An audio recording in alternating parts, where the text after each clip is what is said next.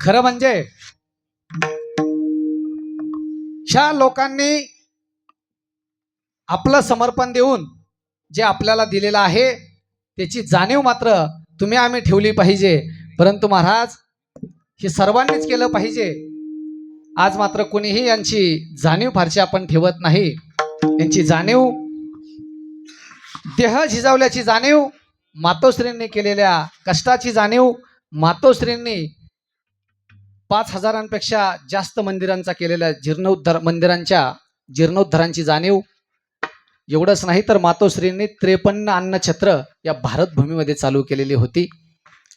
53 अन्नछत्रांमध्ये मातोश्री रोज अन्नदान करायच्या. ही सगळी करत असताना ह्या लोकांनी स्वतःला अपार कष्ट दिली, अपार यातना सोसल्या. पण महाराज आपल्याला कळत नाही. कसं कळत नाही महाराज? अभंगाच्या दुसऱ्या चरणामध्ये भाव कळे हा भाव कळे भाव कळे हा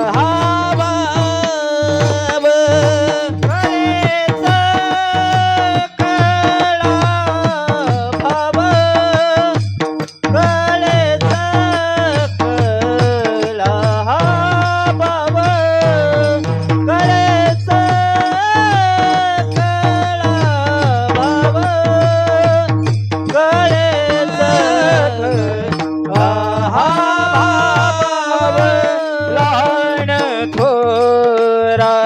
वरी जीव लान थोरा वरी जीव लान थोरा वरी जीव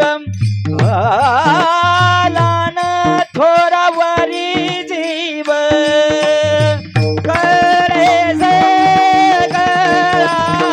भाव करे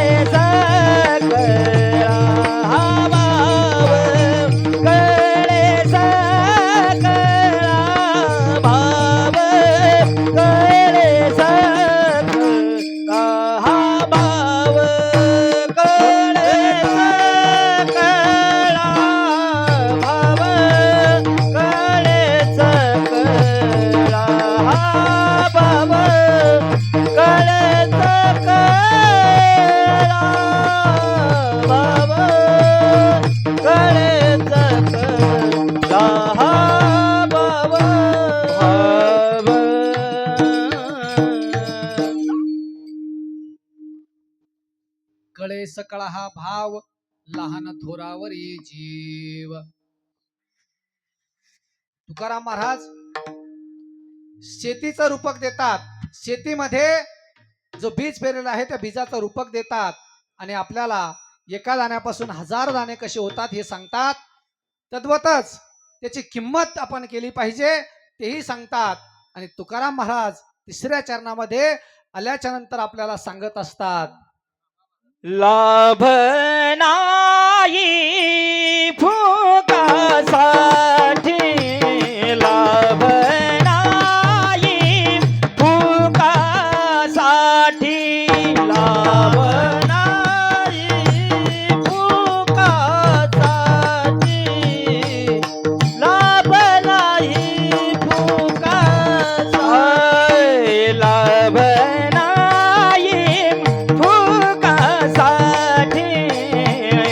लाभ नाही फुकासाठी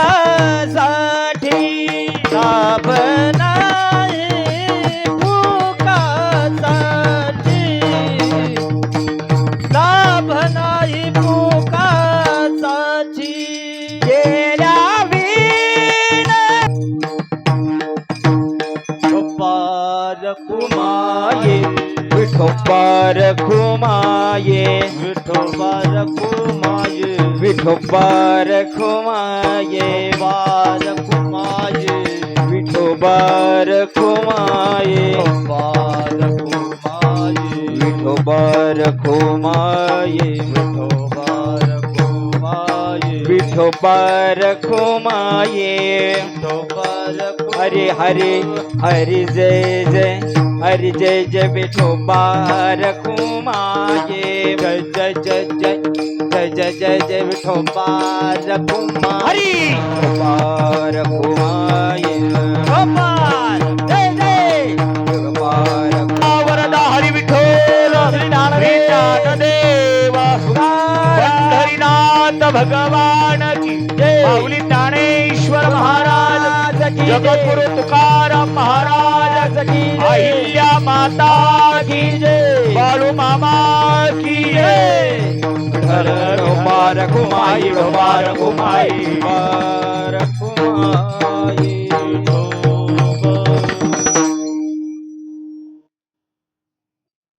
लाभ नाही फुकासाठी केल्याविन जीवासाठी.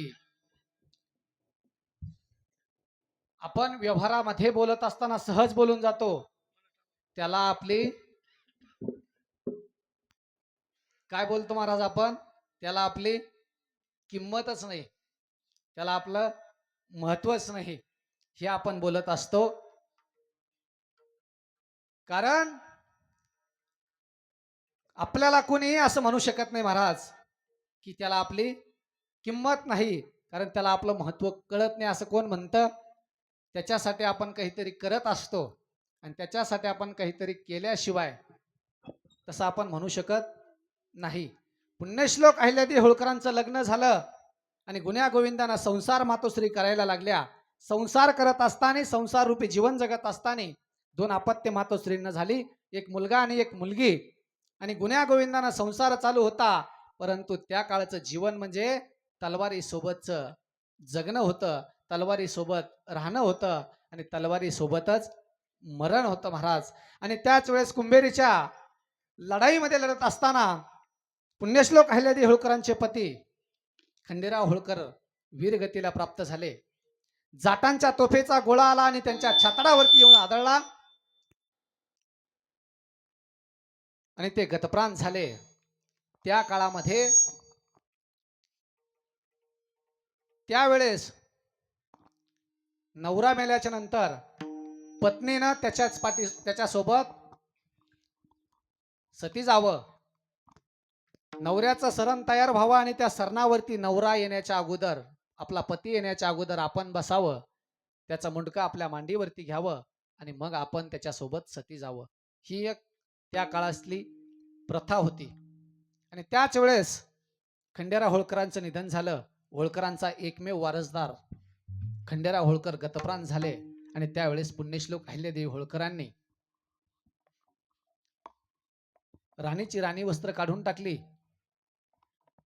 सगळे अलंकार आपल्या देहावरले काढून टाकले आणि पांढरी साडी परिधान केली. पांढरी साडी पुण्यश्लोक अहिल्यादेवी होळकरांनी परिधान केली आणि मातोश्री सरणाच्या दिशेने निघाल्या. संत गतीनं पावलं टाकत टाकत पुण्यश्लोक अहिल्यादेवी होळकर त्या सरणाकडे जात होत्या.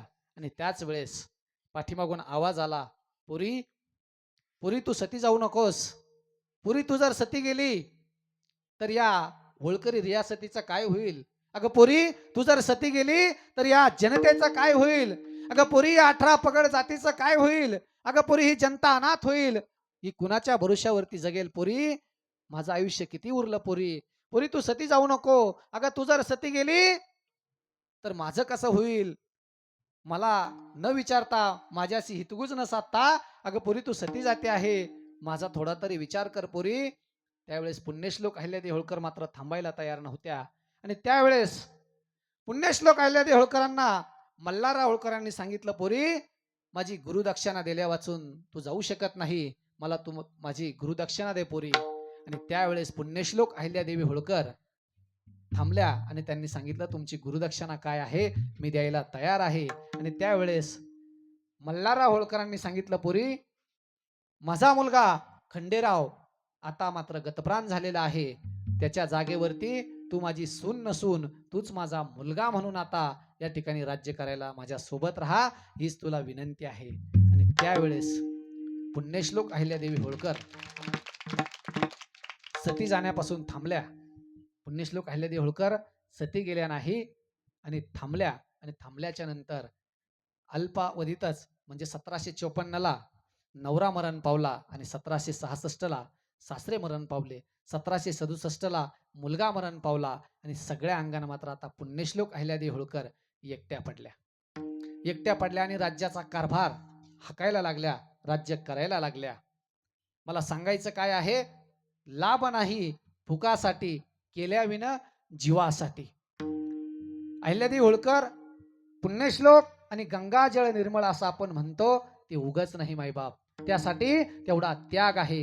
एक नव्हे दोन नव्हे तर आपल्या घरातील तब्बल 17 जवळची माणसं मृत्युमुखी पडतात आणि तरी सुद्धा पुण्यश्लोक अहिल्यादेवी होळकर एका पांढऱ्या घोंगडीवरती बसून, पांढरी साडी परिधान करून, डोक्यावरती पदर घेऊन, दोन्ही भवयाच्या मधोमध छोटीशी एक पांढरी टिकली लावून आणि आपल्या हातामध्ये एक पिंड घेऊन दुसऱ्या हाताने त्या पिंडीला धरून या राज्याचा कारभार करतात, या राज्याची सेवा करतात. अर्थात लाभ नाही फुकासाठी केल्याविन जीवासाठी. सहज काही मिळत नाही महाराज. प्रचंड त्याग आहे, प्रचंड मेहनत आहे आणि ही दुःख सोसण्याचं सामर्थ्य त्यांच्या अंगात होतं. म्हणून पुण्यश्लोक अहिल्यादेवी होळकरांनी 28 वर्ष या जनतेची, या देशाची सेवा केली. असंच होत नाही महाराज. या ठिकाणी अर्जुनाला श्रीकृष्णाने सांगितलं, अर्जुना जर तू लढायला सज्ज झाला नाहीस तर मात्र तुझं नाव इतिहासात कुणीही घेणार नाही.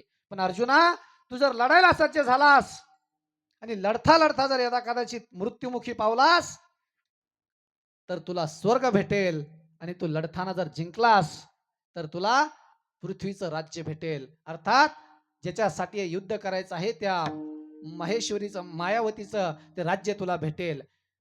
हा उपदेश श्रीकृष्णाने अर्जुनाला केला. तुकाराम महाराज त्याही पुढे जाऊन तुम्हा आम्हाला सांगतात की जर रणांगणावरती मेलास तर तुला 2 पद्धतीचे फायदे होतील. एक म्हणजे स्वर्ग तर तुला मिळेलच, परंतु या पृथ्वी लोकामध्ये तुझी कीर्ती कायम अमर राहील. आणि यासाठी आपल्या जीवाचं बलिदान देणारी जी माणसं होऊन गेली मायबाप, ती स्वराज्यामध्ये पाहायला मिळतात. छत्रपती शिवाजी महाराजांनी 18 पगड जातीतील माणसं एकत्र केली आणि हिंदवी स्वराज्य उभं केलं.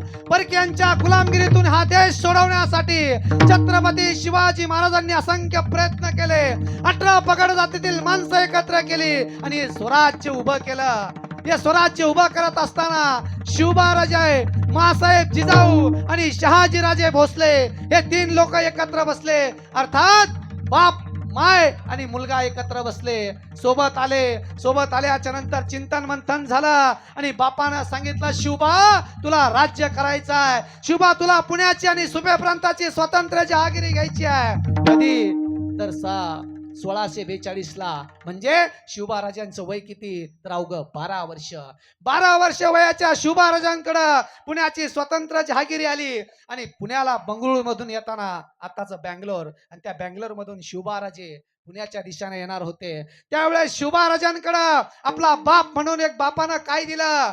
आज मात्र आम्ही आपल्या प्रत्येक लेकराची हौस मोठ्या हौसेने पुरवत असतो. वा, एकच राजा इथे जन्मला शिवनेरी किल्ल्यावर, माझ्या राजाचं नाव गाजतंय गड किल्ल्याच्या दगडावर, शिवरायाचं नाव गाजतंय गड किल्ल्याच्या दगडावर, माझ्या देवाचं नाव गाजतंय गड किल्ल्याच्या दगडावर. मला शिवनेरी किल्ल्यावर एकच राजा इथे जन्मला शिवनेरी किल्ल्यावर, माझ्या राजाचं नाव गाजतंय गड किल्ल्याच्या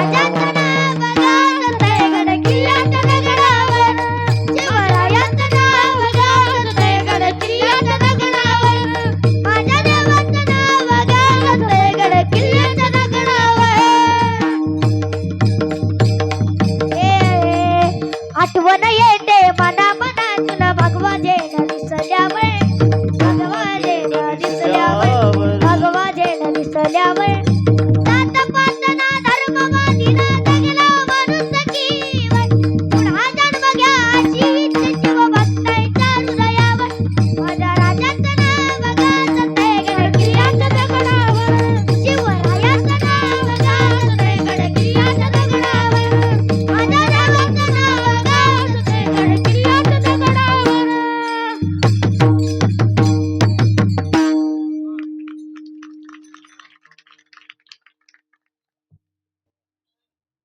नेमकं ओमकार महाराज तुम्हाला हा रत्न लाभला की तुम्ही त्याला लाभले हे मात्र कळत नाही. एकदा नवनाथ महाराजांसाठी आणि ओमकार महाराजांसाठी सुद्धा जोरदार टाळ्या वाजवा.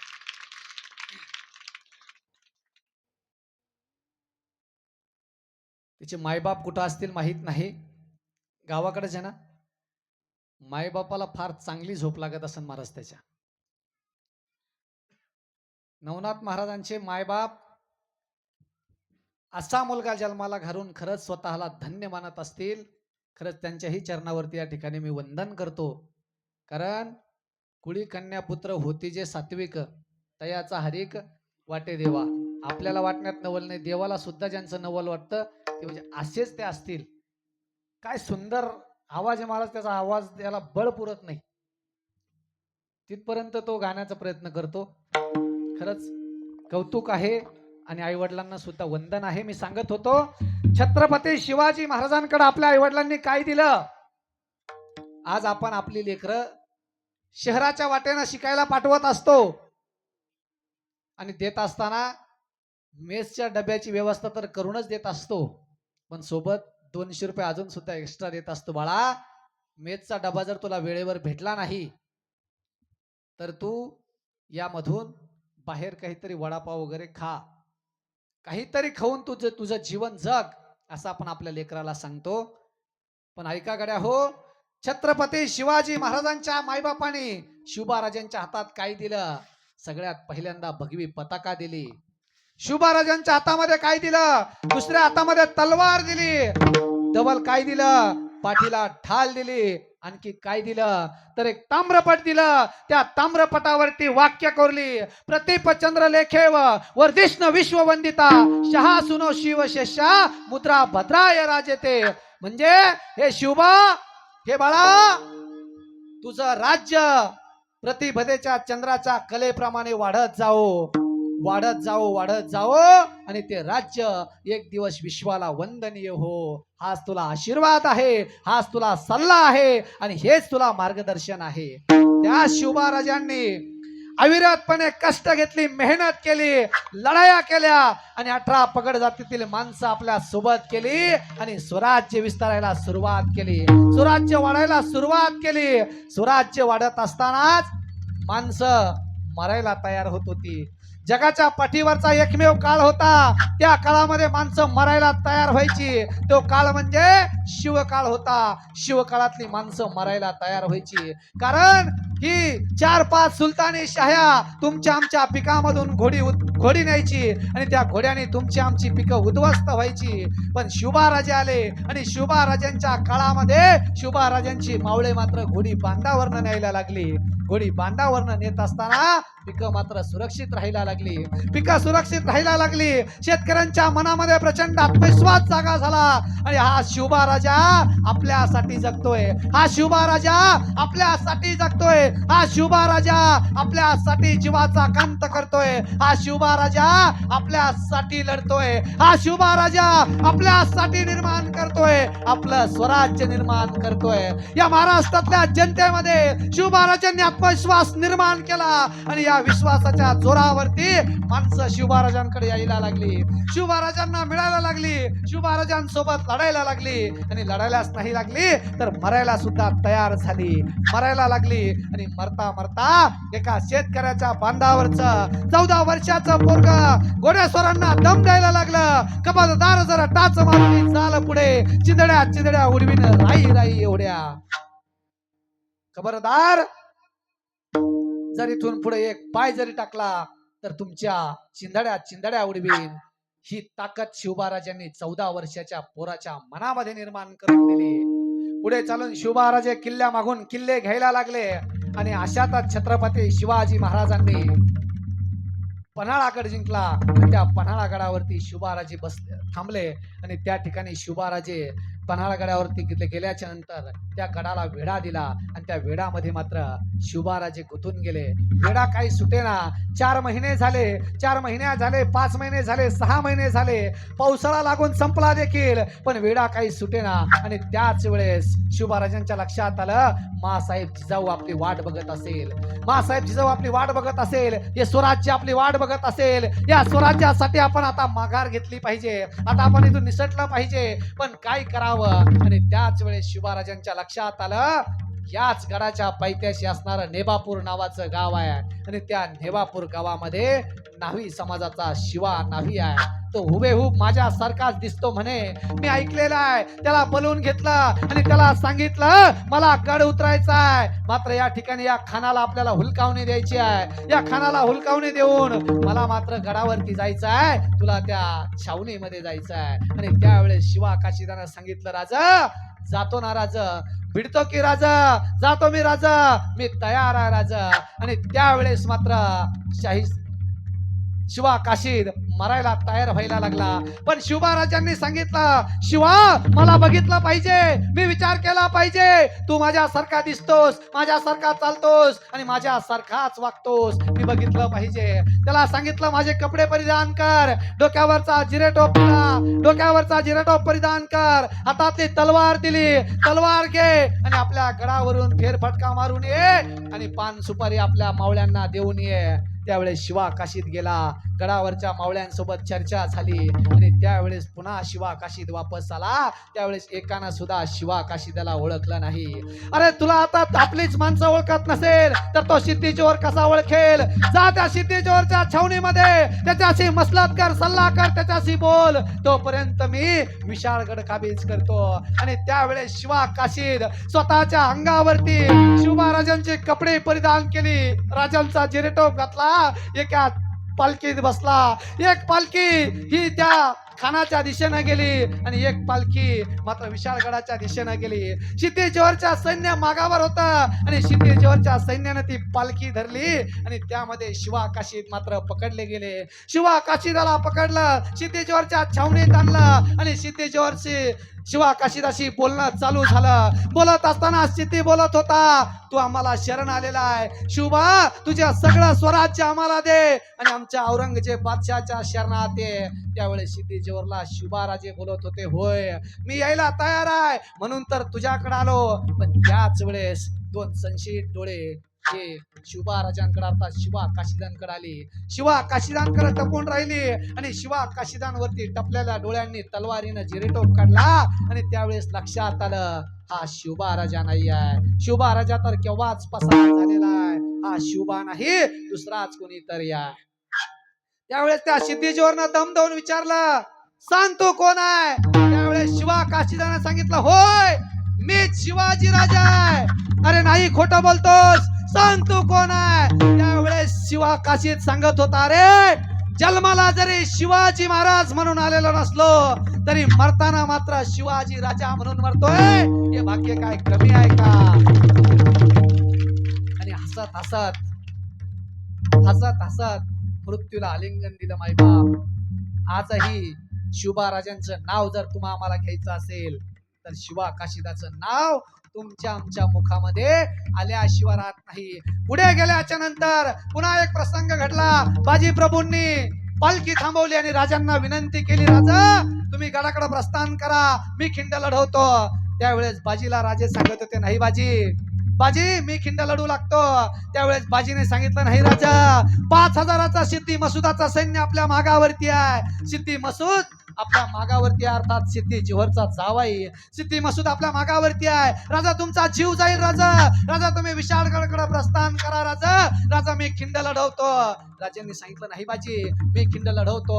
आणि त्यावेळेस बाजीने सांगितलं, राजा राजा खाली उतरा. राजा खाली उतरले. राजा तुमच्या पायातली पायतान काढा. राजांनी पायतान काढली. राजा तुमच्या पायातली पायतान तुमच्या पायात घाला. राजांनी पायातली पायतान पायात घातली. राजा तुमच्या पायाची पायधूळ माझ्या कपाळाला लावतोय आणि शपथ घेतो, राजा जोपर्यंत देहामध्ये शेवटचा श्वास आहे तोपर्यंत या स्वराज्यासाठी लढेल. तुम्ही विशाळगडाकडे राजा राजा राजा तुम्ही विशाळगडाकडे प्रस्थान करा. राजा ऐकायला तयार नव्हते. त्यावेळेस राजांना बाजी प्रभूंनी सांगितलं, राजा लाख मेल्या तरी चालतील राजा, पण लाखाचा पोशिंदा जगला पाहिजे. तुम्ही विशाळगडाकडे प्रस्थान करा. शिवबाराजे विशाळगडाकडे प्रस्थान करते झाले. शिवबाराजे विशाळगडाकडे गेले. बाजींनी सांगितलं, राजा ज्या वेळेस विशाळगडावरती पोहोचणार आहात त्यावेळेस मला 5 तोफांची बार द्या, समजून जाईल माझा राजा गडावरती पोहोचलेला आहे. तिथे वेढा पडलेला होता. तो वेढा फोडून राजांना वेळ लागला.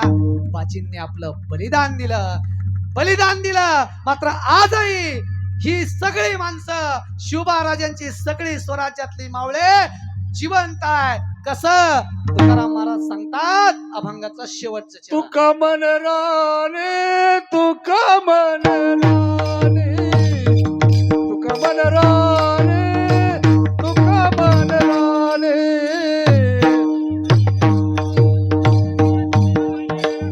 आई तुका मन नाही तुका तुका मन राणे तुका मन राणे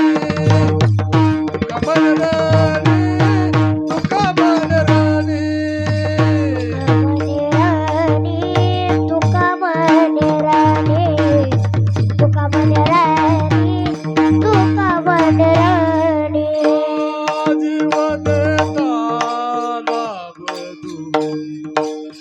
जीव देता लाभ दोन्ही सकाळे बाबा सकाळे बाबा जेव्हा देता लाभ दोन, जेव्हा देता लाभ दोन्ही, करे हा सकळासी भाव, करे हा सकळासी भाव.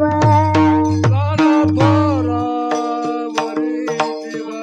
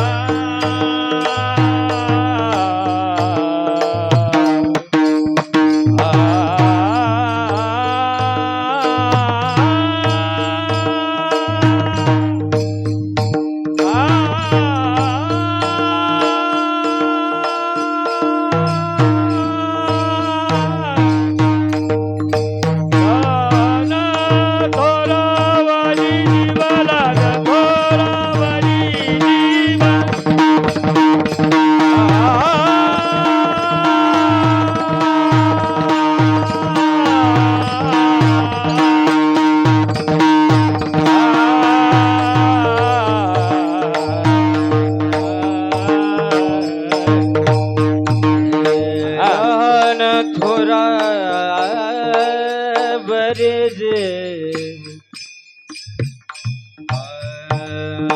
जीवला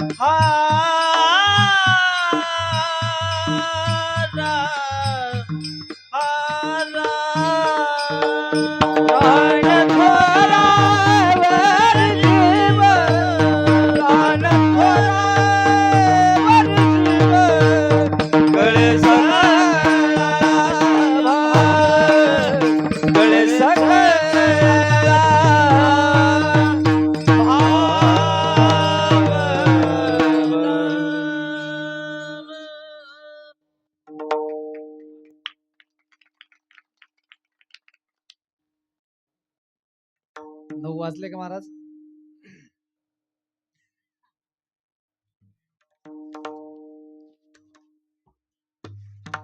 झालेली जी कीर्तन रूपी सेवा आहे, मुळात बोंबले मामाला माहिती आहे. व्याख्यान म्हटलं तर मी 4 तासही त्याच लयीमध्ये बोलू शकतो, परंतु केदारनाथ महाराज शास्त्रींसारखी काही माणसं असतात, ती बोटाला धरत असतात आणि चला म्हणत असतात. अगदी त्याच पद्धतीनं त्यांनी बोटाला धरावं आणि आपण त्यांच्या मागं चालावं, म्हणून हा खरं म्हणजे प्रयत्न आहे. महाराजांचे धन्यवाद देतो. माझ्या वाणीतून जे शब्द निघाले असतील आणि माझ्या बुद्धीला जे सुचलं असेल आणि त्याच्यातून भावना तर मला वाटतं कोणाच्या दुखावल्या नसेलच. दुखावल्या असेल तर मी दिलगिरी व्यक्त करतो. जे चांगलं आहे ते घ्या, जे वाईट असेल ते मला द्या, मी सुधारण्याचा नक्कीच प्रयत्न करेल. झालेली सेवा पुण्यश्लोक मातोश्री अहिल्यादेवी होळकर यांच्या चरणावरती समर्पित करतो आणि या ठिकाणी सेवेला पूर्ण विराम देतो. ज्ञानेश्वर मावली ज्ञानराज मावली तुकाराम, मावली ज्ञानराज मावली तुकाराम, ज्ञानेश्वर मावली ज्ञानराज मावली तुकाराम, विठ्ठल जय जय विठ्ठल, विठ्ठल जय जय विठ्ठल, जय विठ्ठल जय जय विठ्ठल.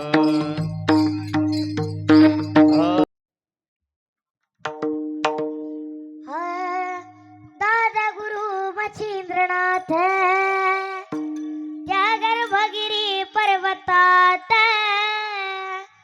त्यांची भाषा हे लईचे निराळी. जय हो. बंगारी बंगारी नवाब बोलतो बंगारी, बंगारी बंगारी नवाब बोलतो बंगारी, बंगाली बंगाली बाबा बोलतो बंगाली, बंगाली बंगाली बाबा